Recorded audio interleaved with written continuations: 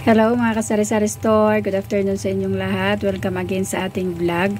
Update ko lang kayo sa ating delivery ng Nestle at Alaska noong Wednesday. Ngayon ko lang siya na-upload kasi medyo busy tayo ngayon at may pinagpagawa tayo dito sa bahay kaya minsan hindi ako makapag-edit. So ngayon ko lang na-edit itong video na to. So update ko lang kayo sa delivery ng Alaska at Nestle. Sa Nestle wala pang tumaas.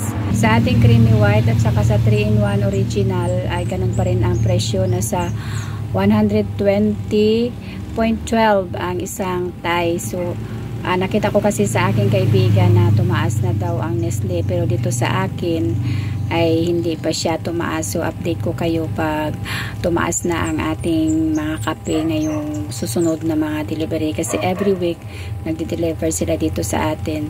So update ko kayo sa ating video noong Wednesday. So ayan mga kasari. So ayan mga kasari, nagpe-prepare tayo ng kinumpra ng ating suki through online kasi pinipick up lang nila yan at natagalan tayo kasi dumating nga yung delivery ng Nestle at saka ng Alaska. So ayan, binibilisan ko na pero naabutan pa tayo na hindi pa tapos yung ating ginagawa. Buti nga tinulungan ako ng anak ko na mag-prepare ng mga pinamili niya. So hindi tayo magkanda o gaga sa ating ginagawa at pawis na tayo dyan. Sobrang pagmadali, sana ganyan lang tayo kabilis pag nagpe-prepare, kaya lang hindi ganyan kabilis mga kasari. At naabutan niya akong hindi pa ako tapos sa aking ginagawa. Kasi minsan kahit kaunti lang yung pinamimili mo sa mga ahente ay matagal pa silang umalis kasi merong ahente na machika. So alangan naman na iwanan natin sila habang nagchichika-chika sila, 'di ba? So ako minsan nakikipag-usap din naman sa kanila kaya minsan natatagalan tayo. Kahit konti lang ang binibili natin, matagal tayo makatapos kasi nga may halo pang chika-chika. So ayan, patapos na tayo sa ating ginagawa at dumating na nga yung may-ari ng ating pinapak na mga paninda. At after lunch, nag-display pa ako ng mga gatas kasi wala nang laman ang mga nakasabit doon. At kailangan ko talagang ganyan ang gagawin ko kasi pag minsan na nakasabit lang yan, hindi lang naman kasi ako minsan ang nababantay dito, napupunit pag sila ang kumukuha. So mabuti na yung ganyan na siya, tapos isasabit ko doon sa sabitan, kukuha na lang sila pag may bumibili. So diba mga kasari, walang pahinga ang isang tindera kasi mamili siya, magdi-display at may dumating pa na mga ahente at minsan yan nga may bumibili ng through chat or through video call. So magpe-prepare ka pa, kaya yan hanggang maghapon na ganyan ang ginagawa ng isang tindera. Kaya sa mga nagsasabi na wala namang ginagawa, nasa tindahan lang nakaupo, hindi po ganyan ang nangyayari sa amin.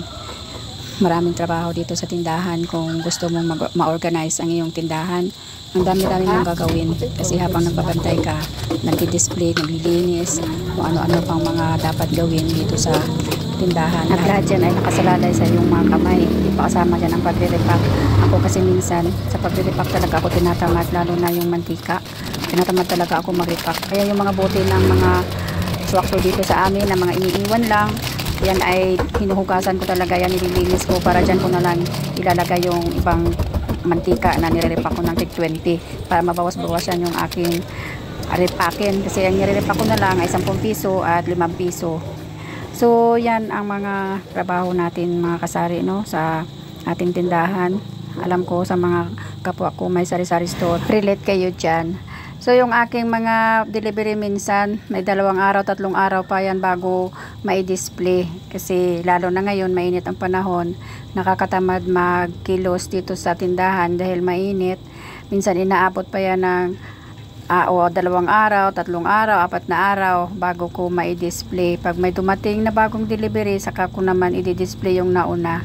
So ngayon mayroon akong i-display dito na bagong delivery ulit. Kaya ito, in-upload ko na agad para naman mabawas-bawasan ang aking trabaho.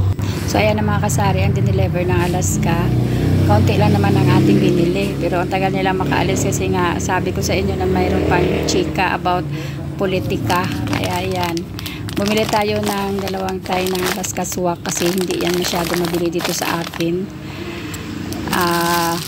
5 pack ng Alaska na yung ginagawa ng mga bata na palaman. 8 pesos ang bintahan ko niyan dito sa amin. Tapos, ayan yung mga evap, 3 evap na maliit lang. At yung cowbell natin na condensed na maliit din, 5 lata. At yung malaki natin na cowbell na evap ay 3 lata kasi mayroon pa tayong natira. Yung iniiwasan ko kasi yung ma-expired. Kasi hindi yan sila nagpapalit ng ng product nila pag expired. Yan lang yung mahigpit ang Alaska sa mga ganyan. So yung Alaska evap natin na malaki, 3 lang din. So yun lang ang aking nabili sa Alaska mga kasari. So dyan naman tayo sa Nestle mga kasari-sari store. Mayroon tayong 20 na Nescafe 20 grams, 20 pieces ang aking binili. At mayroon tayong fresh milk na yung maliit na tetra pack.